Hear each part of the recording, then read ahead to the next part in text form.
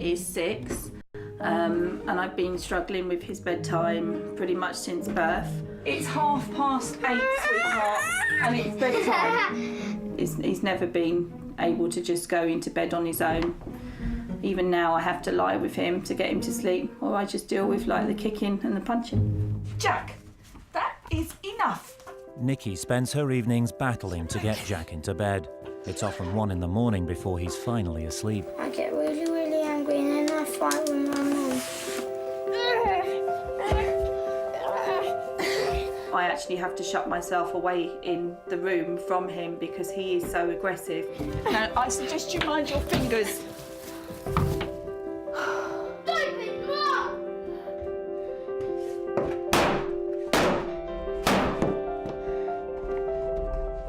I'm not winning. I'm not getting him into bed. I'm not actually getting him into bed, and it's just creating bedtime as an absolute nightmare. Joe is probably my last chance in my eyes. I don't know how to deal with the situation, so it would be everything to me to try and sort it out. Don't you need to come out of here because this bathroom floor is really slippery. Nikki dreads Jack's bedtime, and the nightly battles are leaving her exhausted. I feel like I've lost him. I don't feel like he's my little boy. I love him to bits, but sometimes I hate him. I hate him for making me feel like this.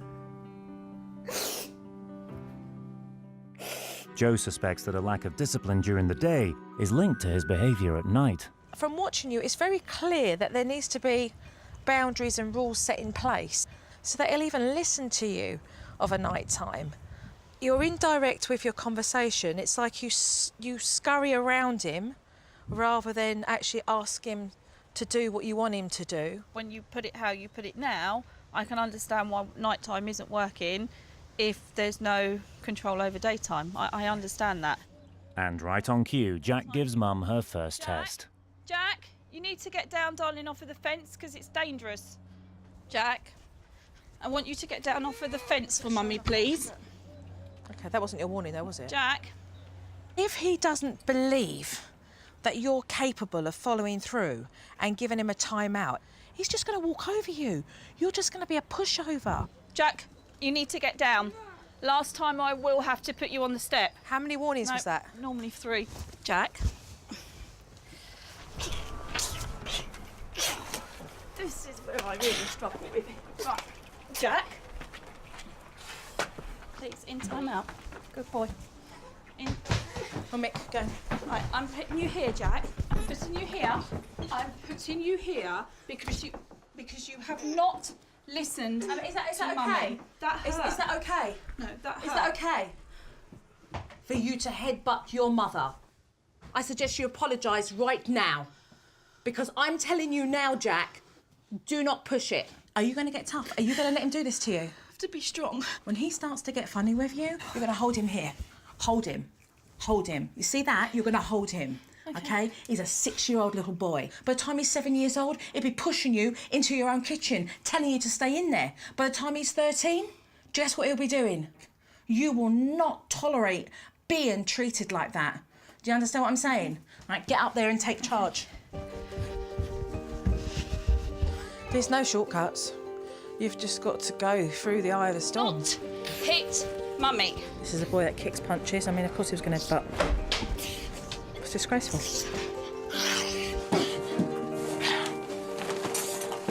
This is how extreme it gets when you don't put in boundaries and rules and consequences and follow through. This is how extreme it can get. It's like a war zone every 10 minutes. Joe needs Nikki to use time-out correctly. Jack must sit on the stairs without leaving for 6 minutes, 1 minute for each year of his life. Every time he gets up before completing time-out, Nikki needs to return him to the stairs and reset the timer. This is the bit now where you show the child, no, I mean what I say. I've said sit down, and that's what you're going to do. You're going to do your time-out because I'm in charge here. Whichever time she puts him back, she's confirming that she means what she says. You're in time out, Jack. I'm so tired. I know you're tired, but well done. This is what you need to do. Okay. All right? You need to be able to hold your ground. Okay. An hour and a half later, Jack finally completes his 6 minutes of timeout and apologises. Okay, can you say it properly to me?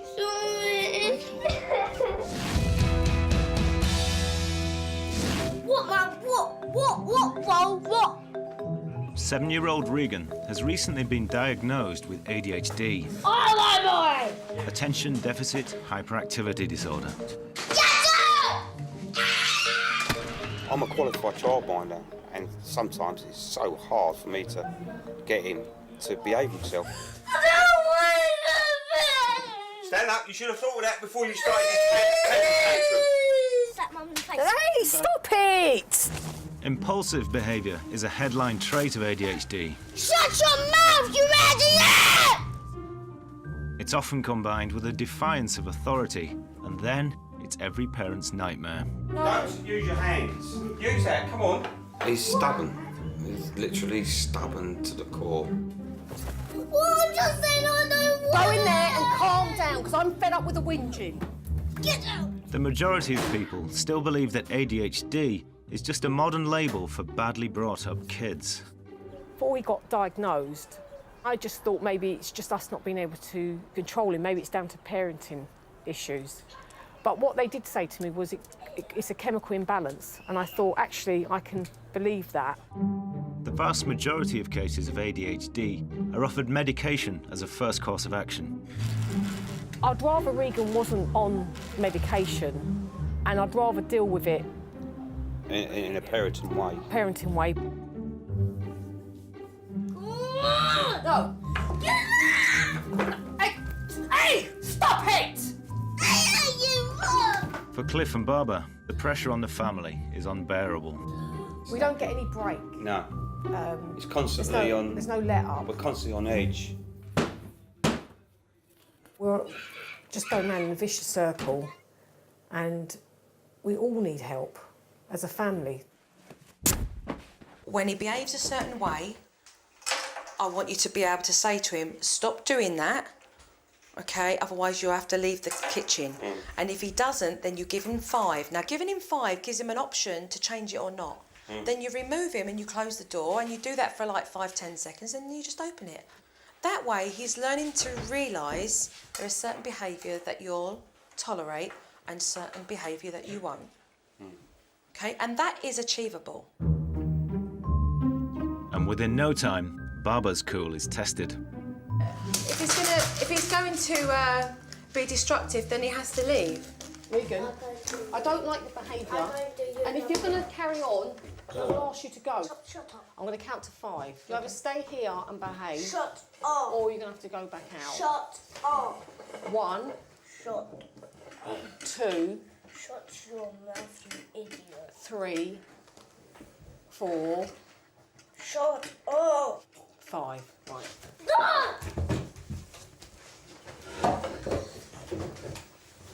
Get off, you blimmin' idiot.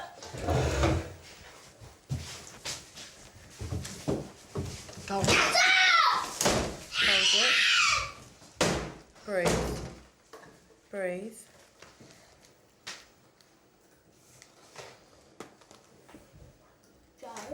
Okay, now open the door.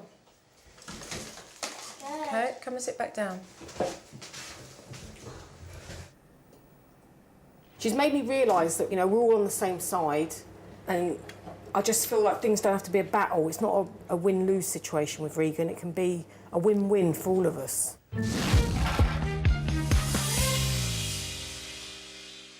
This is my Christian Dior dress. I think it was quite expensive. I've also got a Just Couture top.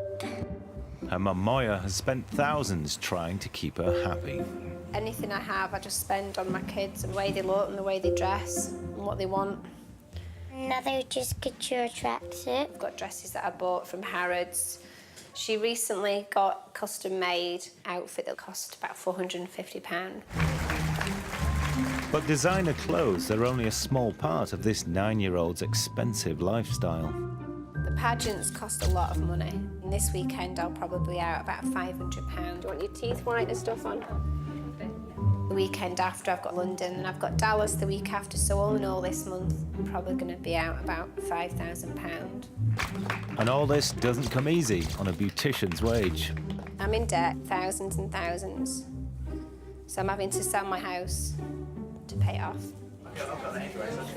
But Moya's paying an even greater price for spoiling Madison. Mummy, do it, Mummy, do it. Madison, come here and see. She's just a little diva, and her moods affect the whole house. I'm having some adult final. It's stubbornness, it's cheekiness, it's arrogance.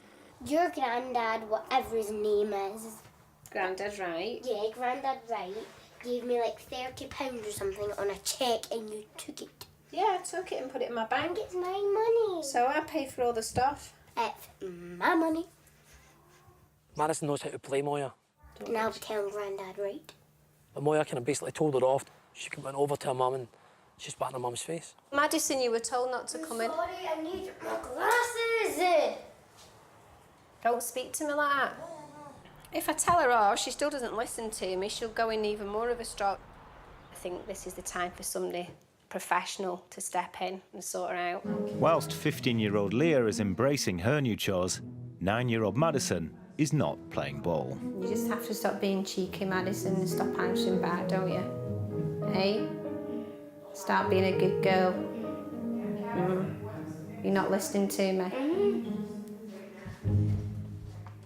Is that a mood? No, it isn't a mood. Is it answering back? No. Oh, she gets me so angry. Madison, Jeremy's on, clean your teeth. Don't need your help, me, so go away now. Go away, don't you speak to me like that. Don't like you. Don't like me. Teddy, DS, dolls. You're not taking Teddy off me! Am I not? No! You're hitting me! You're not taking Teddy off me! Hit me! You're not taking Teddy off me! Don't hit me! No! No, well, I'm not going to sleep because I can't get to sleep without him!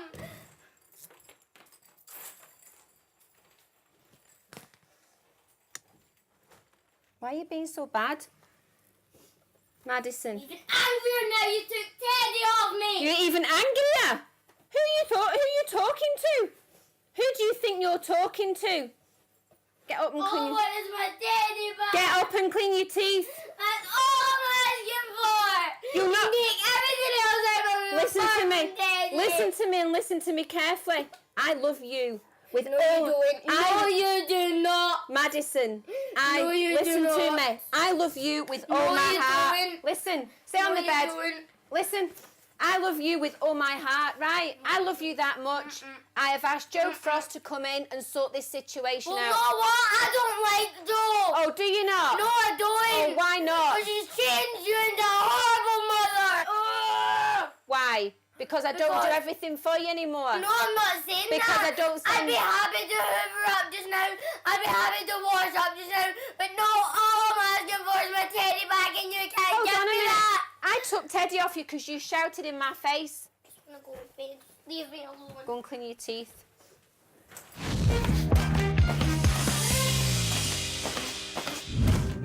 You're gonna make some quiet now. Where's your corner?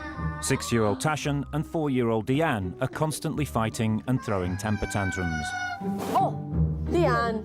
It's getting to a stage where we can't control them and they're more or less controlling us, fighting each other, shouting and screaming. It's very bad. What did you do to him?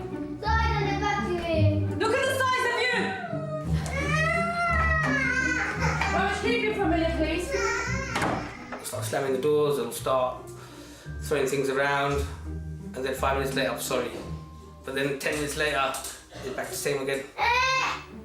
They got all the toys, all the gadgets they want. This is the truck cars.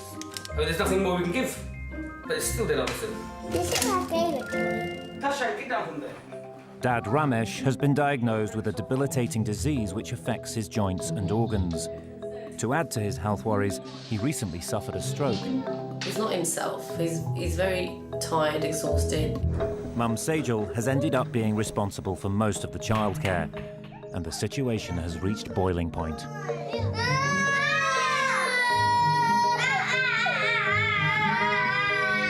It is difficult, and most of the time I'm on my own. I'm looking after everyone and everybody. Come and tidy it up! I hate being like this, and I hate being in this situation, and I sometimes hate my children because I just can't take how they are. With a sick husband and 2 rebellious boys to take care of, Sejal is contemplating drastic action.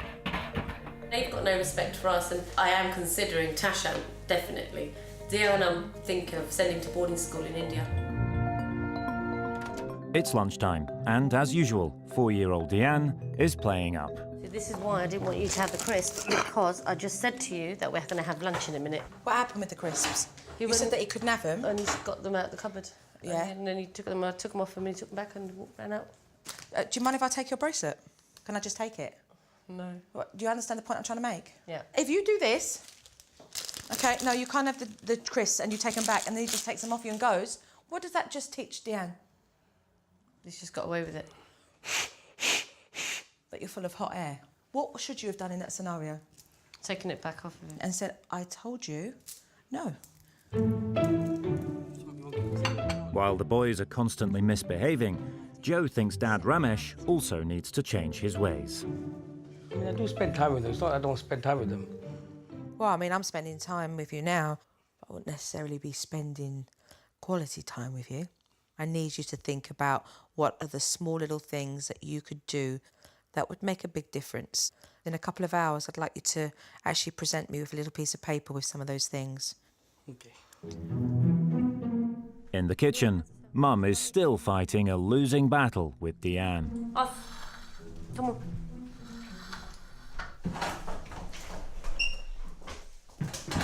Okay, so he's fighting you.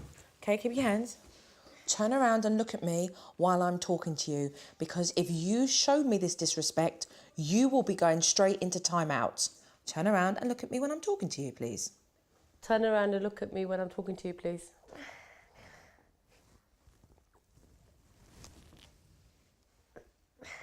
Look up at me. Thank you. Thank you.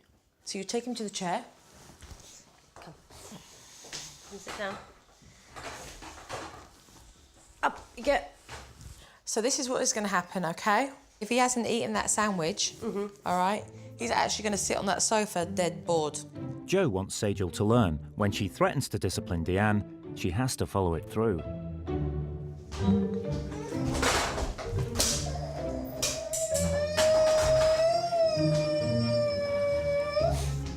Carry through. He has to feel it, obviously. So be it. There you go. Stay here.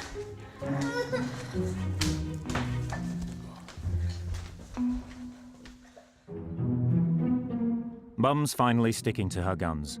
Now it's Dad Ramesh's turn to up his game. Okay. His medical condition and recent stroke mean he's not as active as he'd like to be. So Joe's asked him to write down a list of ways he can be more involved with the boys.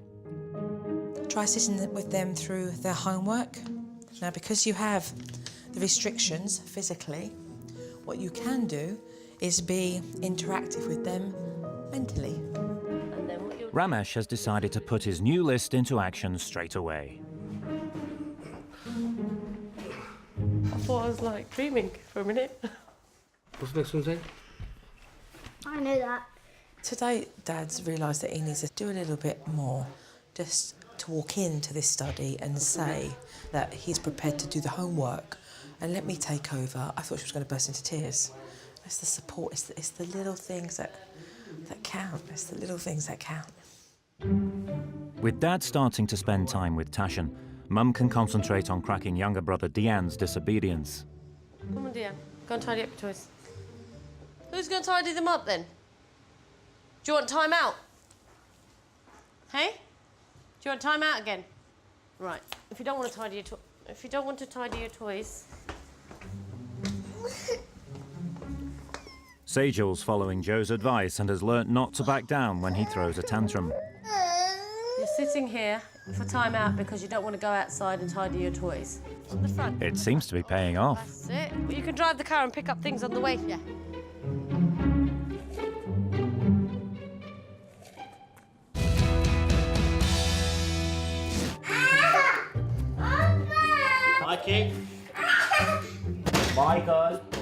Michael totally rules the roost with his constant tantrums. Now, Mike. This is what he does all day, every day, constantly. I'll give it to you. I said I'll give it to you. I'll give you the dick. Sometimes I just feel like crying, or just, you know, Michael, just shut up. Like, I don't want to always be shouting at him, but I find that's all I'm doing with him. Even when they're out, Lechmi and Surinder have no control over Michael's antisocial behaviour. They're even afraid to let him play with other children. If he doesn't get his way, he does get quite violent. Like I said, he'll spit, throw things, punch, kick, pull to demand things, pull in. Why are you doing that? Why are you doing that? Dad has a more indulgent attitude to parenting, so Lechmi gets little help with discipline. I feel as if I'm battling him on my own because he just gives in. I say to him sometimes, you might as well lay down and let Michael walk over you. The more Michael misbehaves, the more Lechmi and Surinder are divided as a couple. Basically, the most thing is us two as well. Just listen to him. We not say anything. He say no, no. I said come, Michael. He said no. I said sit down. He said no. Joe's first step with Lechmi and Surinder is to get them to agree on some basic house rules. For Michael, it's the perfect opportunity for an ice cream break. No. Michael? Are you getting one yourself? But I just said no. It's a chance for Joe to show Lechmi how to deliver a clear message. Okay, hold on a moment. Hold on a moment. Stop and think before you even do that. Mummy's told you no, so I would like you to listen and give me the ice cream back, please. Come down to his level and eye contact. If he refuses to give it to you, He's already opening it. It's all right. You're still going to grab the ice cream from him. Michael, give me the ice cream, please. If you do not listen to Mummy and give me back the ice cream, you will be going into timeout on the step.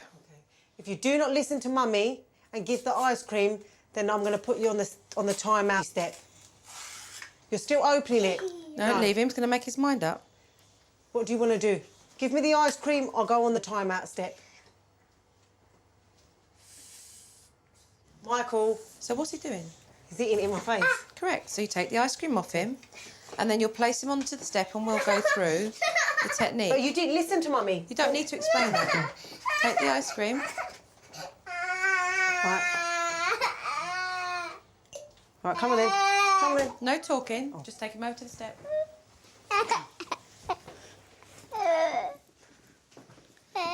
Okay, this is what you will do. Okay.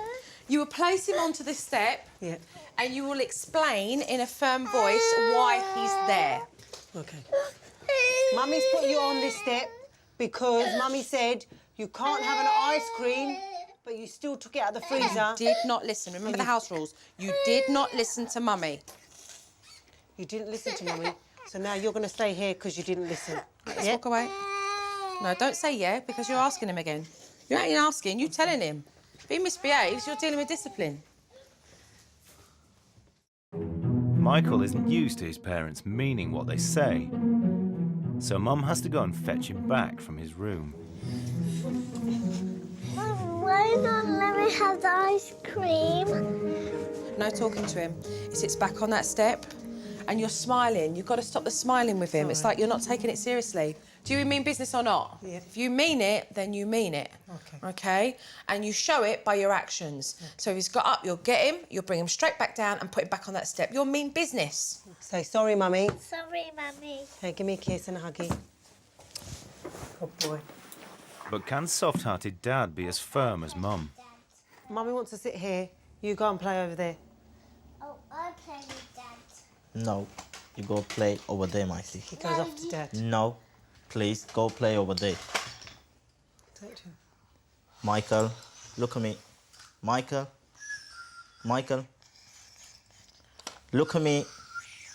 Stop what he's doing, look. Look, watch. Look, turn him around. Say, look at me, I'm talking to you. Michael, look at me. Go play over there. And if you don't play over there, I'll put the toys in the box. Okay. It's all right? Yeah? He's not looking at you. Mikey, are you listening to me? If your child's not going to listen to one thing that you're going to ask, they're not going to listen to 10 things you're going to ask during the day. You can say, Michael, stop doing that. But if there is no consequence, then how would he learn? Surinder can't bear to punish Michael for bad behaviour, but it's vital that both parents present a unified front. We've never worked together, that's the thing. We've always done separate things. So that causes arguments between us because, you know, one of us is giving in or one of us is just letting him have what he wants and, you know, we're not like on the same level. You need to be able to agree, and if you don't agree, then literally, you know, say why you feel something's important. The breakdown in communication here is causing the mixed messages over there.